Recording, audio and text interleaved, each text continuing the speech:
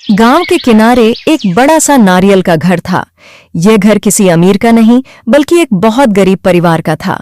उस घर में रहते थे रामू, उसकी बीवी गुड़िया और उनकी छोटी सी बेटी चिन्नी। रामू मजदूरी करता था, गुड़िया लोगों के घरों में बर्तन मांजती थी और चिन्नी बस 4 साल की थी। उनका नारियल का घर थोड़ा अजीब था। बाहर से देखने में बड़ा सा नारियल जैसा, पर अंदर बहुत तंग और ठंडा। इतनी ठंड थी कि पेड़ भी कांप रहे थे, पत्ते जम चुके थे। रामू घर में बैठा कांप रहा था। उसने फटे पुराने कंबल को 3 हिस्सों में बांटने की कोशिश की। गुड़िया बोली, रामू, ये कंबल हम तीनों को कैसे ढकेगा? रामू ने चुपचाप बेटी को गोद में लिया और कहा, पहले चिन्नी को ढक देते हैं, फिर हम दोनों बैठकर एक दूसरे से चिपक जाएंगे। गुड़िया की आंखों में आंसू थे। चिन्नी ने मासूमियत से कहा, माँ, आज भी खाना नहीं मिलेगा? बहुत ठंड लग रही है माँ।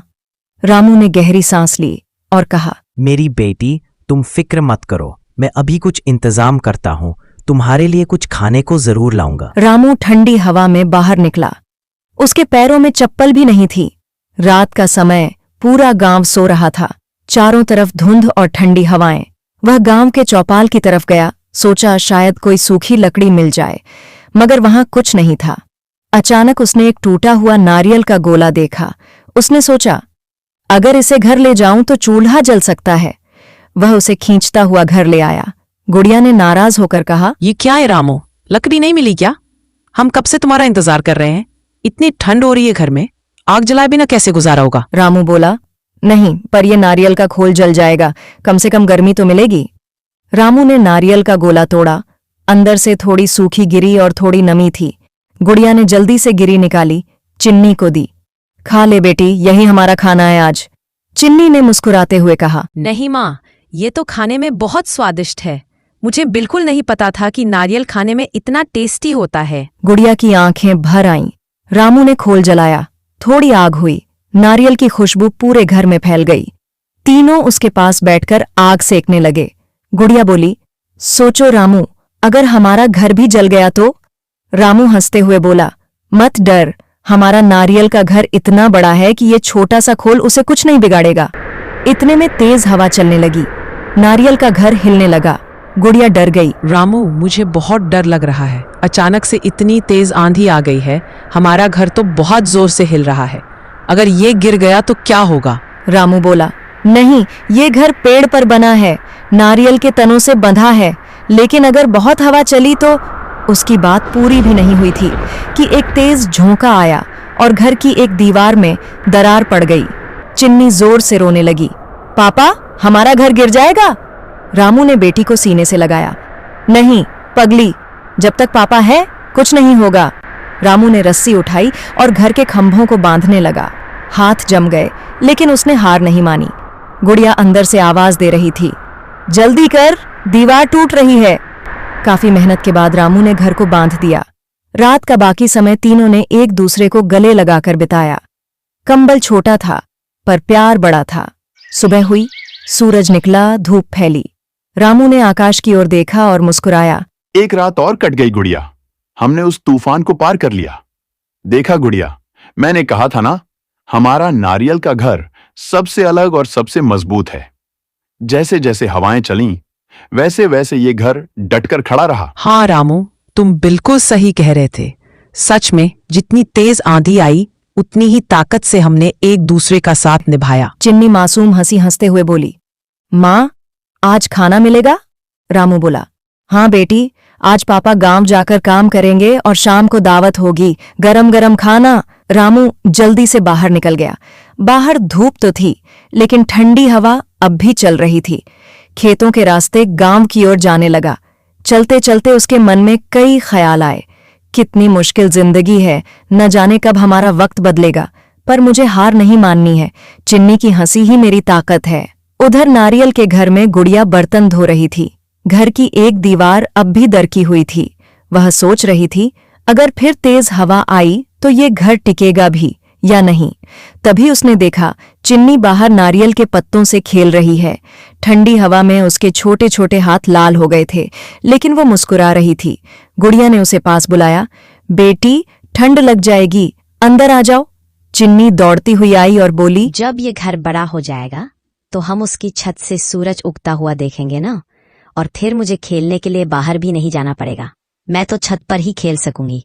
बताओ ना माँ, हम अमीर कब होंगे? हाँ बेटा, हम इस घर को जरूर बड़ा बनाएंगे और तुम उसकी छत को अपने खिलौनों से भर देना। पर बेटा, हम अमीर तभी होंगे जब तुम दिल लगाकर खूब पढ़ाई करोगी, मेहनत करोगी। फिर एक दिन तुम ही हमारे लिए एक बड़ा सा सुंदर सा घर बनवाओगी। उधर रामू गांव पहुंचा। उसने कई घरों में काम मांगा, पर सबने कहा, अरे भाई, यहाँ तो खुद के काम के पैसे नहीं निकल रहे, तो मैं तुम्हें कहाँ से काम दे दूं? तबीयत भी ढीली रहती है और ऊपर से आजकल कितनी महंगाई हो रही है। जाओ यहाँ से, यहाँ कोई काम नहीं है तुम्हारे लिए। रामू का मन टूट रहा था। जेब में एक भी पैसा नहीं था। तभी उसने एक बड़े साहूकार के घर देखा कि ढेर सारे लकड़ी के गट्ठर पड़े हैं। रामू ने साहूकार से कहा, भाई साहब, कुछ लकड़ियां दे दो, मेरी बच्ची ठंड से कांप रही है। मैं बहुत गरीब आदमी हूँ, अगर आप थोड़ा भी मदद कर दो तो एक बहुत बड़ी नेकी होगी। मेरी बच्ची ने कल से कुछ खाया भी नहीं है। अगर आपके पास खाने को कुछ हो तो वो भी दे दो। भूख और ठंड ने उसे बहुत कमजोर कर दिया है। साहूकार ने हंसकर कहा, लकड़ी चाहिए तो पैसे दो, मुफ्त में कुछ नहीं मिलेगा। रामू ने हाथ जोड़ लिए, भैया अभी पैसे नहीं हैं, पर मैं काम करके चुका दूंगा। साहूकार बोला, ठीक है, अगर तू मेरे खेत में कंटीली झाड़ियों की सफाई कर दे तब लकड़ी ले जाना। रामू ने बिना सोचे हाँ कर दी। ठंडी हवा में वह खेत में गया और नंगे हाथों से कंटीली झाड़ियां उखाड़ने लगा। उसके हाथों से खून निकल आया, लेकिन उसने रुकना नहीं चुना। घंटों मेहनत के बाद उसने काम पूरा किया। साहूकार ने उसे लकड़ी का एक छोटा गट्ठर दिया। तुम तो वाकई एक ईमानदार इंसान निकले, बहुत मेहनती भी। हर कोई इन कांटों वाली झाड़ियों को निकालने से कतराता था और तुमने तो सारा काम चुटकियों में निपटा दिया। सच कहूं तो ऐसे लोग बहुत कम मिलते हैं। साहब, मजबूरी इंसान से सब कुछ करवा लेती है जब पेट की आग और अपनों की परवाह साथ चलती है। रामू उसे कंधे पर रखकर घर की ओर चला। रास्ते में उसके पैर जम चुके थे, लेकिन चेहरे पर मुस्कान थी। अब मेरी चिन्नी को ठंड नहीं लगेगी। इधर घर में गुड़िया और चिन्नी बेसब्री से रामू का इंतजार कर रही थीं। माँ, बाबा कब आएंगे? सुबह से लकड़ी ढूंढने गए हैं और अब तक घर नहीं लौटे।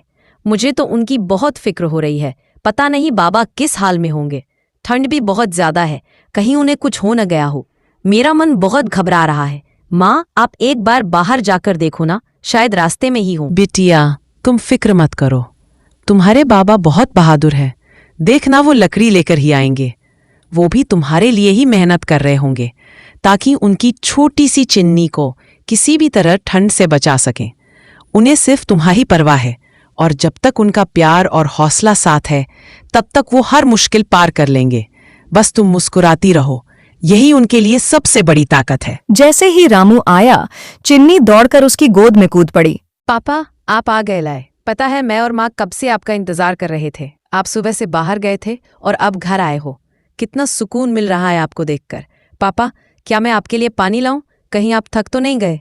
चलिए बैठिए, मैं आपके पैर दबा देती हूँ। आपने हमारे लिए इतना कुछ किया है, अब आपकी बारी है थोड़ा आराम करने की। हाँ बेटी, अब ठंड नहीं लगेगी।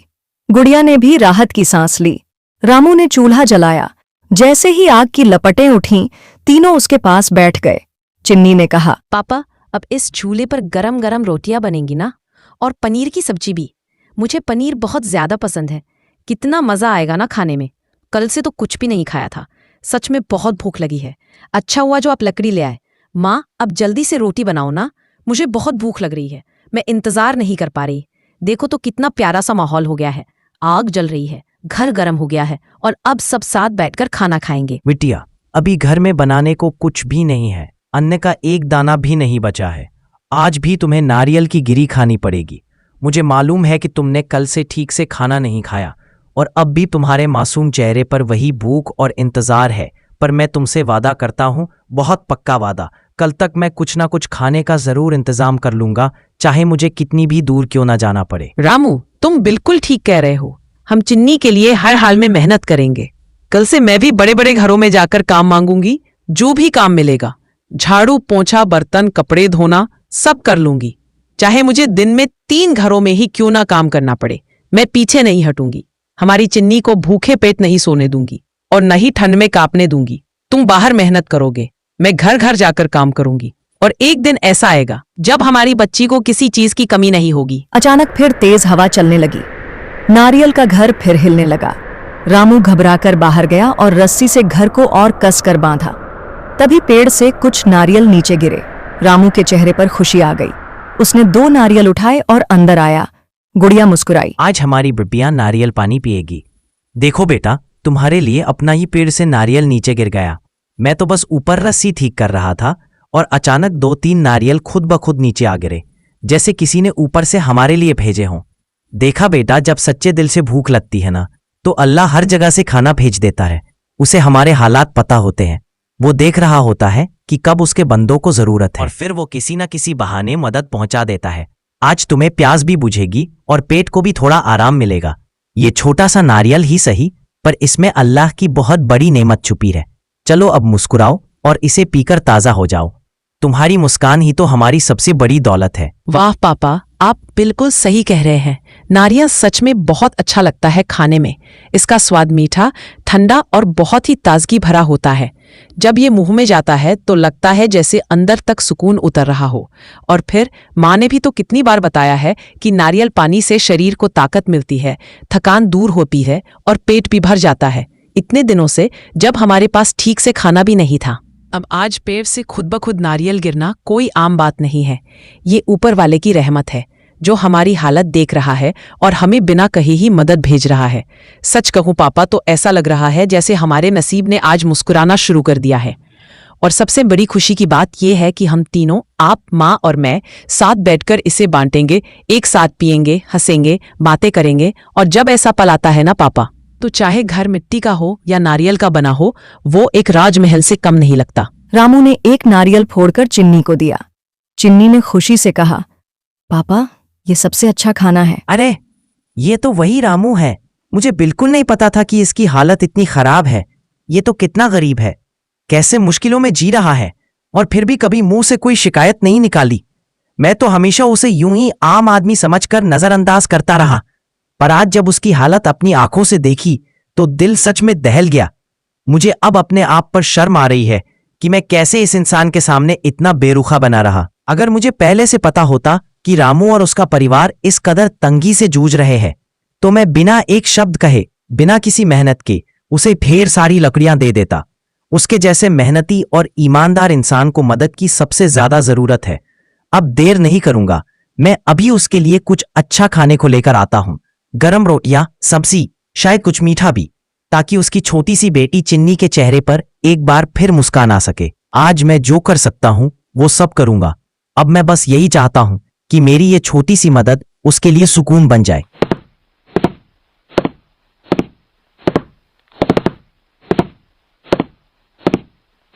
रामू, तुमने तो मुझे पहचान ही लिया होगा। मैं वही हूं जिससे तुम कुछ वक्त पहले मदद मांगने आए थे। लेकिन उस समय मैंने तुम्हारी हालत समझने के बजाय तुमसे एक बहुत मुश्किल काम करवा दिया और बदले में बस थोड़ी सी लकड़ियां थमा दी। उस बात का मुझे आज गहरा अफसोस है। सच में रामू, मुझे माफ कर दो। मैंने कभी नहीं सोचा था कि तुम्हारी हालत इतनी खराब है और तुम फिर भी बिना कुछ कहे चुपचाप वो कांटो भरा काम करते रहे। तुमने कोई शिकवा नहीं किया, बस अपने परिवार के लिए मेहनत करते रहे। और आज जब सच्चाई मेरी आंखों के सामने आई तो दिल भर आया। ये देखो रामू, मैं तुम्हारे और तुम्हारे परिवार के लिए भरपूर खाना लाया हूं। गरम रोटियां, सब्जी, चावल और मीठा भी। तुम लोग दिल भर के खाओ। न तो मुझे इसके बदले पैसे चाहिए और न ही तुम्हें कोई काम करने की जरूरत है। ये मदद मैं तुम्हारे जज्बे के लिए कर रहा हूं, तुम्हारी मेहनत और ईमानदारी के लिए कर रहा हूं। और जब ये खाना खत्म हो जाए तो तुम दोबारा मेरे पास आ जाना। मैं फिर से तुम्हारे लिए खाना दूंगा। और अभी मैं अपने घर जाकर तुम्हारे लिए सूखी लकड़ियां भी भिजवाता हूं, ताकि ठंड में तुम और तुम्हारा परिवार चैन से रह सके। अरे नहीं साहब, आपने तो बस वही किया जो आपको करना चाहिए था, क्योंकि जरूरी नहीं कि हर कोई जो आपके पास मदद मांगने आए वो मजबूर ही हो। कभी कभी कुछ ऐसे लोग भी आ जाते हैं जिनके पास सब कुछ होता है, लेकिन फिर भी वो दूसरों से बस पैसे ऐंठना चाहते हैं। ऐसे लोग भरोसे को तोड़ देते हैं। इसलिए अगर आपने मुझसे मेहनत कराई तो वो आपका हक था।